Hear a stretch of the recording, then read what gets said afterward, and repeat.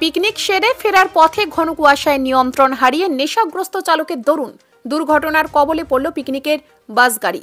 Bishalgarh office টিলা মঙ্গলবার গভীর রাতে অল্পেতে রক্ষা পায় পিকনিক গাড়িতে থাকা সমস্ত যাত্রী। খবর পেয়ে ছুটে আসে বিশালগড় থানার পুলিশ ও অগ্নি নির্বাপক দপ্তরের কর্মীরা। ঘটনাস্থল থেকে পালিয়ে যায় চালক। জানা যায় TR01A 1292 নম্বরের একটি বাস উদয়পুর মহারানী থেকে পিকনিক সেরে আগরতলার উদ্দেশ্যে যাওয়ার পথে বিশালগড় অফিস টিলা ঘন কুয়াশার দরুন দ্রুত গতিতে থাকায় নিয়ন্ত্রণ হারিয়ে রাস্তার পাশে ড্রেনে পড়ে যায়।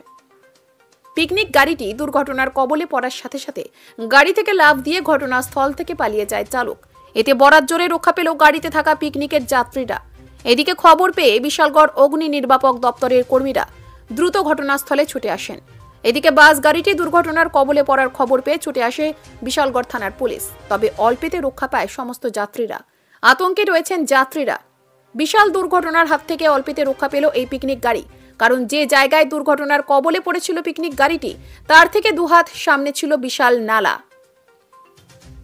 আগরতলা থেকে সুব্রত দের রিপোর্ট, নিউজ অবিকল। আপনি কোন থেকে আইছেন?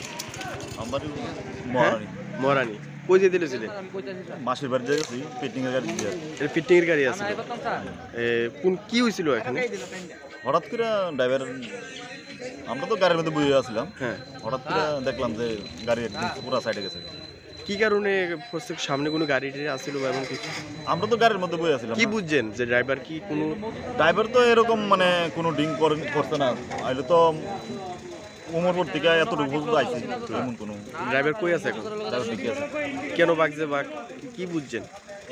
ড্রাইভার কি ঘরে বেগে গেছে না কোনো কি কারণে বেগে গেছে বুঝতে পারি না। আমরা গাড়ি থেকে নামতে দেখছি ড্রাইভার। এটা কোন জায়গা এটা? বিশাল কথা। বিশাল। কারোর কোনো ক্ষতি হয়েছে বা এমন কিছু?